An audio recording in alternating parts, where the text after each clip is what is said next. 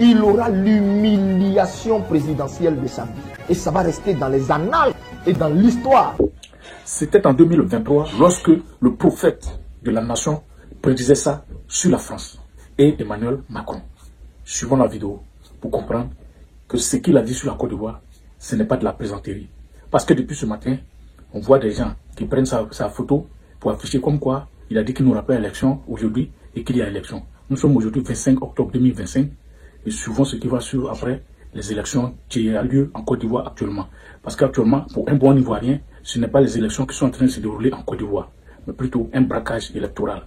Alors, mais pour les moutons, il dit que c'est élection.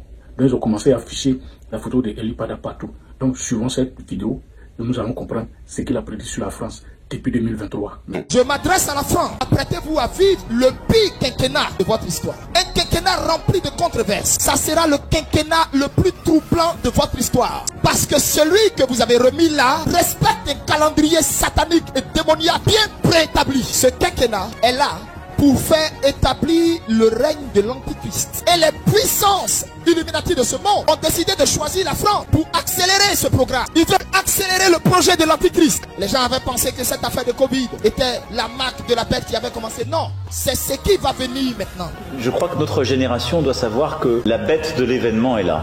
Et elle arrive. Comme tu as été choisi pour accélérer la venue de la paix, ainsi toi-même, mon jugement tombera sur toi. Toute la perversion que tu amènes dans le monde, pour toute l'immoralité que tu amènes dans le monde, pour le mensonge que tu profères de ton propre fond, ta chute est pour bientôt, ta honte est pour bientôt. Le président qui est là, je le vois prendre la mauvaise décision. La mauvaise décision qu'il va prendre là, ça va le mener à sa perte. Je suis en train de voir, comme des adversaires politiques, soulever l'Assemblée nationale, le Sénat, pour mener une pétition. Et la pétition que je suis en train de voir a pour objet ou pour motif une destitution. J'ai dit, je vois les députés, le Sénat introduire et demander la destitution de ce gars qui est là. Cela va-t-il aboutir? Point d'interrogation. Mais vous allez entendre qu'ils vont engager une pétition pour demander que celui qui est là, les gens vont même être dans les rues pour demander sa démission. Ce qui se passe là, c'est Dieu qui le permet. Vous savez pourquoi? Parce que celui qui est là pour respecter, pour mettre à exécution un agenda satanique. Et le Seigneur veut le freiner, le Seigneur veut le déloger de là,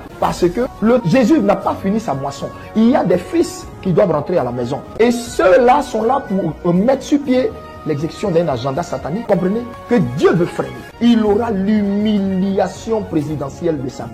Et ça va rester dans les annales et dans l'histoire de la France. Regardons tous pour voir la suite des choses. Voici ce que l'Esprit de Dieu me dit. Les événements ne vont pas s'arrêter sur la France. Le chef de l'État français va rentrer à jamais dans les annales, dans l'histoire, très bientôt.